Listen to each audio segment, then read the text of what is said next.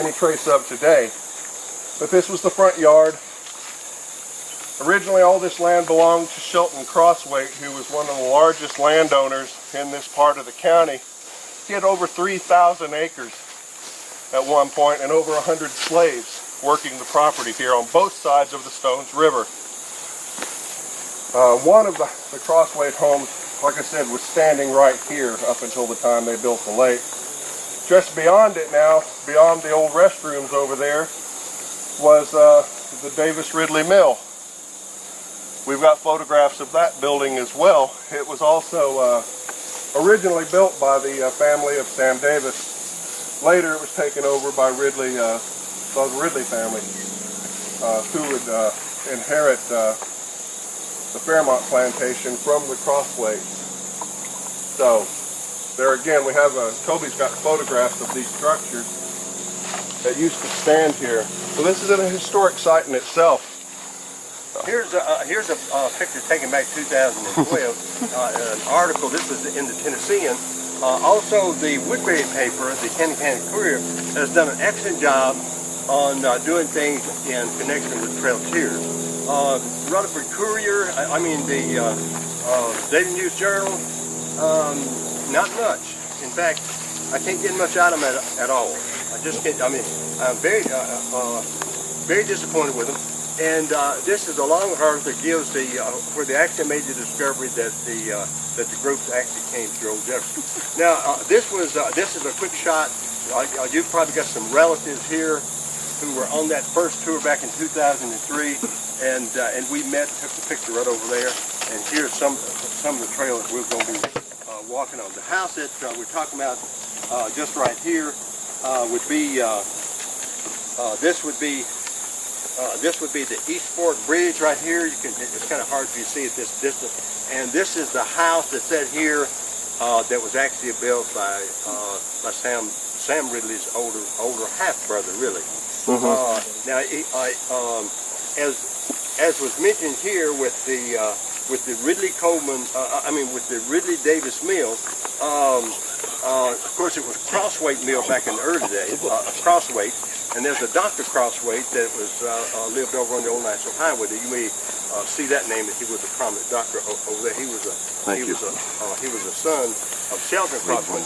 Sheldon Crosswaite's daughter actually married Judge Broomfield Ridley. Judge Broomfield Ridley. And so after Crosswaite died in 1826. Then the Ridley family kept on, and then later on we get the name the Ridley Davis Mill.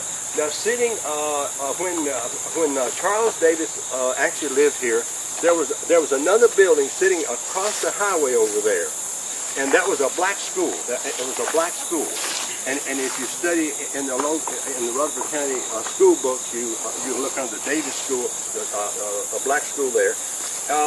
We'll come to the place where Don Wright lived, around after we go past where the pumping station is. It'll be on the right in that little hill, Mr. Leslie Wright and his family. We said that the dam was right here. The dam was right here. Some of those rocks that are found on the side of that bluff were named after Judge Broomfield Ridley. They call them the Ridley's rocks. It's a kind of limestone. Ridley limestone. It's a Ridley limestone, named after Judge Broomfield Ridley, who was he was born in the early 1800s and died in '69. And then he was very instrumental in being part of the early for the Cumberland College over at Lebanon. During the time of the Civil War, however, what he did, they had a nice house on top of that hill, and they thought the best choice was for Mr. Broomfield Ridley to take most of their value of their money, most of the money, go south, leaving his wife here, his wife, and the daughter Betty, to actually run the plantation. Yeah, I've got that in this book. Got the book right there too. Now, Betty Ridley, she taught school over at Stony Lonesome, where Joy's grandparents had lived.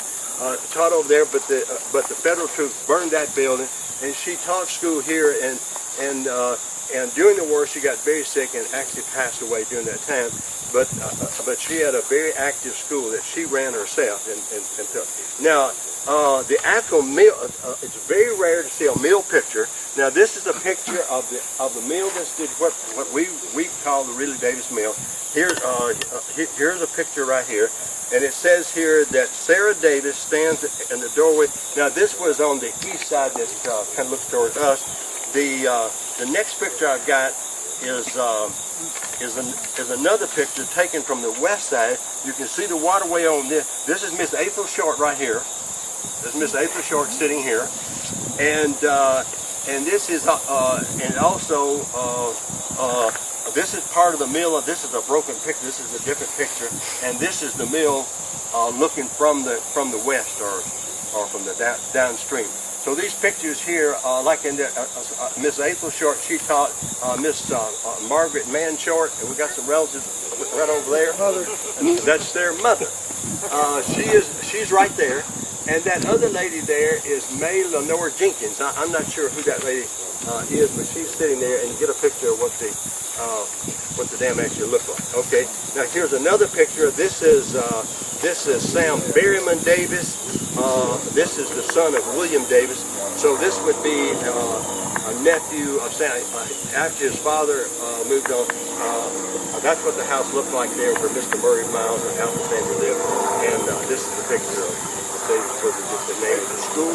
He was one of the school. Okay, get on, move on. I'm ready.